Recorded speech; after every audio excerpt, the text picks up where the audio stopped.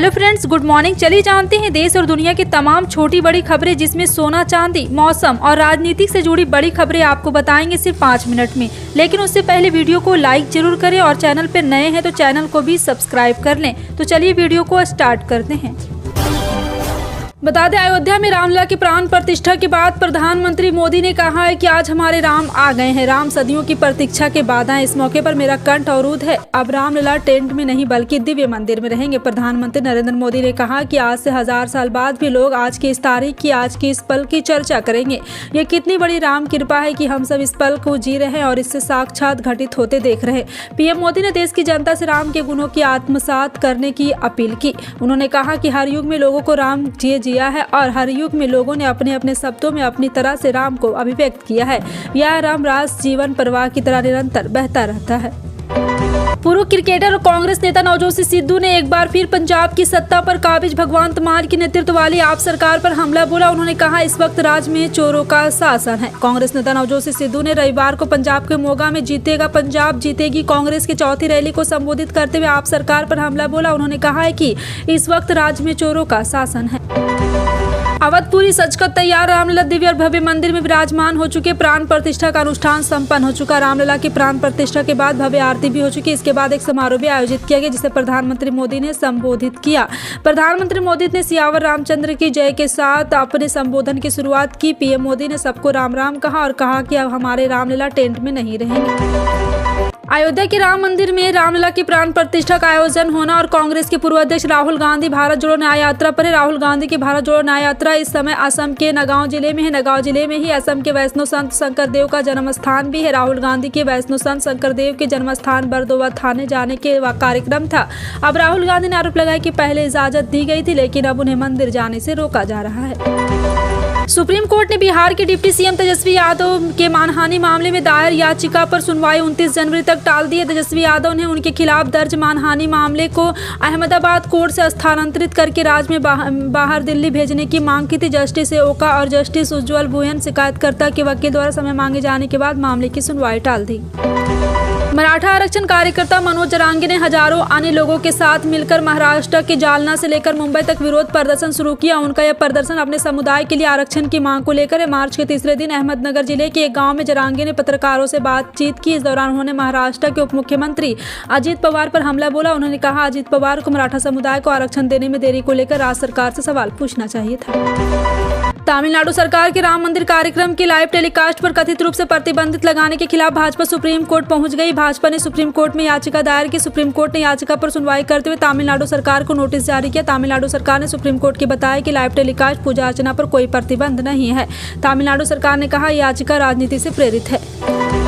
क्या नोटबंदी के पहले आपने सोचा था कि चाय, सिगरेट, आटा, दाल, चावल, यहाँ तक कि रिक्शे का भाड़ा भी पेटीएम से चुकाएंगे? नहीं ना। लेकिन आज की सच्चाई यही, नोटबंदी के बाद पेटीएम समेत कई डिजिटल प्लेटफॉर्म को इसका फायदा मिला। अब देखते ही देखते कैश पुराने जमाने की बात होती देखने लगी। आज देश से लेकर विदेश तक हर रोज राम मंदिर की चर्चा है। धर्म एक ऐसा हथियार होता है जो सब पर भारी पड़ता है। अयोध्या में राम मंदिर की प्राण प्रतिष्ठा के बाद कार्यक्रम के मंच पर पहुंचे मंच पर मौजूद साधु संतों ने पीएम मोदी का आभार व्यक्त किया। वहीं आचार्य नरेंद्र गिरी कहा है कि हमें पीएम मोदी तो 3 दिन का उपवास करने के लिए कहा था, लेकिन उन्होंने 11 दिन का उपवास रखा। उन्होंने कहा हमने 3 दिनों तक के लिए भूमि शयन करने को कहा, लेकिन उनकी ठंड के मौसम में उन्होंने 11 दिन किया। ये महापुरुष हमारे बीच मौजूद है। पीएम मोदी किसी महापुरुष से कम नहीं है। अयोध्या में निर्माणाधीन रामलला के भव्य और दिव्य मंदिर की प्राण प्रतिष्ठा सोमवार दोपहर हो गई। इस मौके पर देश के प्रधानमंत्री मोदी और आरएसएस प्रमुख मोहन भागवत मुख्य याजमान थे। अभिजीत मुहूर्त की विशेष 84 सेकंड में इस कार्यक्रम को संपन्न किया गया। माना जा रहा है कि 84 सेकंड का विशेष मुहूर्त कई वर्षों बाद मिला और अब दोबारा इस तरह का मुहूर्त मिलने में कोई दशक लगेंगे। आज देश का 500 सालों का इंतजार पूरा हुआ। अयोध्या में सोमवार को रामलला के प्राण प्रतिष्ठा का अनुष्ठान पूरा हो गया। अयोध्या में भव्य मंदिर में रामलला विराजमान हो गए। मंदिर परिसर पर भक्तों को संबोधित करते पीएम मोदी ने कहा कि वो गर्भगृह में साक्षी बनकर आपके सामने खड़े। अब हमारे रामलला टेंट में नहीं रहेंगे, रामलला अब दिव्य मंदिर में रहेंगे। विराट कोहली भारत और इंग्लैंड के खिलाफ होने वाले टेस्ट सीरीज के पहले 2 मैच नहीं खेल पाएंगे। बीसीसीआई की ओर से अब टीम की घोषणा की गई थी, तब उसमें कोहली का नाम शामिल था, लेकिन अचानक बीसीसीआई की ओर से बताया गया कि पर्सनल कारणों के चलते कोहली ने अपना नाम वापस ले लिया। इस बीच अब सवाल यह है कि कोहली के बाहर होने के बाद पहले टेस्ट में टीम इंडिया की प्लेइंग 11 क्या हो सकती है। 2024 ओलंपिक का आयोजन 26 जुलाई से 11 अगस्त तक पेरिस, फ्रांस में किया जाएगा। पाकिस्तान की पुरुष हॉकी टीम इस बड़े इवेंट की रेस से बाहर हो गई। FIH ओलंपिक क्वालीफायर के तीसरे स्थान के लिए खेले गए मैच में न्यूजीलैंड से मिली हार के बाद पाकिस्तान की पुरुष हॉकी टीम का 2024 ओलंपिक में खेलने का सपना टूट गया है। अयोध्या में रामलला की प्राण प्रतिष्ठा का कार्यक्रम भव्य उत्सव के बीच संपन्न हुआ। पीएम मोदी ने अपने हाथों से प्राण प्रतिष्ठा की प्रक्रिया की। अयोध्या के राम मंदिर में भगवान राम के पहले दर्शन के लिए देश भर से सितारे पहुंचे। सितारे काफी उत्साहित नजर आए। और प्राण प्रतिष्ठा के बाद भगवान राम का भव्य स्वरूप देखने के बाद कई सितारे इमोशनल भी हुए। सोशल मीडिया पर बी टाउन सितारों की तस्वीरें, वीडियो छाए हुए हैं। हाल में ही एक वीडियो भी सामने आया। इस वीडियो में पीएम मोदी और अमिताभ बच्चन साथ नजर आ रहे हैं। एक राष्ट्र एक चुनाव को लेकर पूर्व राष्ट्रपति रामनाथ कोविंद की अध्यक्षता वाली समिति को जनता से 21,000 सुझाव मिले हैं, जिनमें से 81% लोगों ने देश में लोकसभा और विधानसभा के चुनाव एक साथ कराने की विचार पर सहमति जताई। एक आधिकारिक बयान में यह जानकारी दी गई। बयान में कहा गया कि 46 राजनीतिक दलों से भी सुझाव मांगे गए थे। रिपोर्ट में कहा गया कि अब तक 17 राजनीतिक दलों के सुझाव मिले हैं। बता दें कि कांग्रेस और तृणमूल कांग्रेस समेत विभिन्न दलों के एक साथ चुनाव कराने का विचार विरोध किया है। अयोध्या में रामलला के आगमन का इंतजार खत्म हो गया। प्रधानमंत्री नरेंद्र मोदी चांदी का छत्र लेकर राम मंदिर के गर्भगृह में पहुंचे। पीएम मोदी ने अयोध्या में श्री राम जन्मभूमि मंदिर में रामलला की मूर्ति का अनावरण किया। रामलला के प्राण प्रतिष्ठा कार्यक्रम की शुरुआत मंगल ध्वनि के बीच हुई।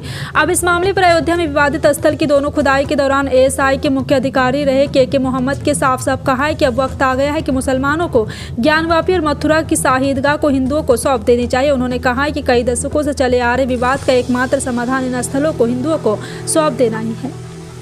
बिल्किस बानो केस में शामिल सभी 11 आरोपियों ने रविवार को रात को गुजरात के पंचमहल जिले स्थित गोधरा उप जेल में आत्मसमर्पण कर दिया है। सभी दोषी रात करीब 11:30 बजे 2 निजी वाहनों से सिंहवाड़ रणधीकपुर से गोधरा जेल पहुंचे। वहां पर सभी ने जेल अधिकारी के सामने आत्मसमर्पण किया। बता दें, गोधरा में हुए दंगों के दौरान बिल्किस बानो से गैंगरेप हुआ था।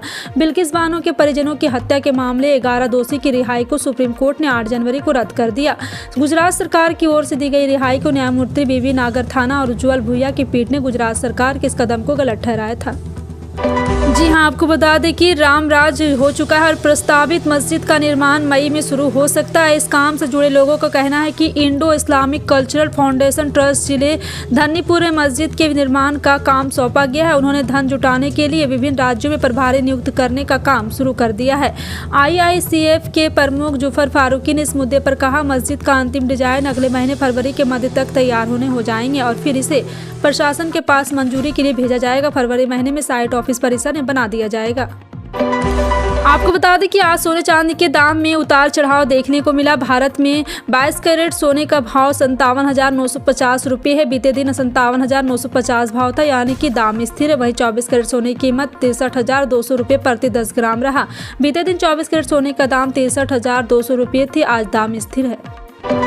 बता दें कि राम मंदिर प्राण प्रतिष्ठा कार्यक्रम हो गया और ऐसे में इस खास मौके पर देश भर में पेट्रोल डीजल के दाम अपडेट कर दिए गए हैं और यहाँ पे तेल कंपनियों ने राष्ट्रीय स्तर पर पेट्रोल डीजल की कीमतों में कोई बदलाव नहीं किया। हालांकि राज्य स्तर पर बात करें तो कुछ राज्यों में पेट्रोल डीजल सस्ता हुआ, वहीं कुछ राज्यों में भी जहाँ ऐसी कीमतें बढ़ोतरी हुई। ऐसे में अगर घर से निकलने से पहले पेट्रोल डीजल की लेटेस्ट रेट जरूर चेक कर लें। जी हाँ, आपको बता दें, दिल्ली में पेट्रोल 96.72 रुपये, डीजल 89.62 रुपये प्रति लीटर है। मुंबई में पेट्रोल 106.31 रुपये और डीजल 94.27 रुपये प्रति लीटर है। प्रधानमंत्री किसान सम्मान निधि योजना पर बड़ा अपडेट आया है। राजस्थान सरकार ने किसानों से पीएम किसान योजना के लाभार्थी से 31 जनवरी 2024 तक KYC कराने को कहा है। जिन किसानों ने अभी तक KYC नहीं कराया है वो इस तारीख तक जरूर करा ले। 31 जनवरी तक KYC नहीं करवाने वाले किसानों की पात्रता खत्म की जा सकती है। 16वीं किस्त का भुगतान रुक सकता है।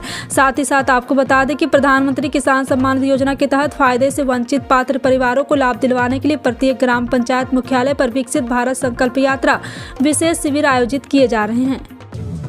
समाज के वंचित वर्गों की मदद करने में सरकार की प्रतिबद्धता को एक नई ऊंचाई पर ले जाते हुए मुख्यमंत्री डॉक्टर हिमंत बिस्वा शर्मा ने रविवार को मस्बत विधानसभा क्षेत्र के 12,062 लाभार्थी परिवारों को राशन कार्ड वितरित करने की प्रक्रिया शुरू की।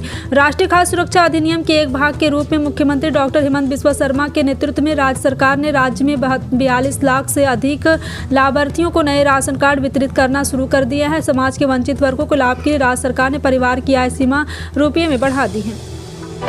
उत्तर प्रदेश से बिजली की बढ़ती मांग को देखते हुए राज्य में 800 मेगावाट के 4 पावर प्लांट लगाए जाएंगे। राज्य विद्युत उत्पादन निगम ने इसकी तैयारी शुरू कर दी। जल्द इन पावर प्लांटों का निर्माण तैयारी शुरू कर दिया जाएगा, जिससे कि अगले 4 साल से 5 साल के भीतर इन पावर प्लांटों से बिजली का उत्पादन शुरू कर दिया जाए। इन दिनों परियोजनाओं के पूरा होने से प्रदेश की बिजली उत्पादन क्षमता लगभग दुगनी हो जाएगी। उत्पादन निगम के एक वरिष्ठ अधिकारी के मुताबिक प्रदेश में जिस तरह से बिजली की जरूरत बढ़ रही है, उसे देखते हुए अब प्रदेश में जो भी थर्मल पावर प्लांट लगे उनकी क्षमता 800 मेगावाट रखी जाएगी। उत्तर भारत में ठंड का कहर जारी है। कोहरे और कड़के की ठंड ने लोगों को बेहाल कर दिया हुआ है। इस ठंड से अभी निजात मिलने की भी संभावना नहीं। इसी बीच मौसम विभाग ने शीतलहर और कोहरे को लेकर रेड अलर्ट जारी कर दिया है। मौसम विभाग में मिली जानकारी के अनुसार अगले 3 से 4 दिनों तक शीतलहर चलने की संभावना है। आपको बता दें, दिल्ली में रविवार को न्यूनतम तापमान 4.8 डिग्री सेल्सियस दर्ज किया गया।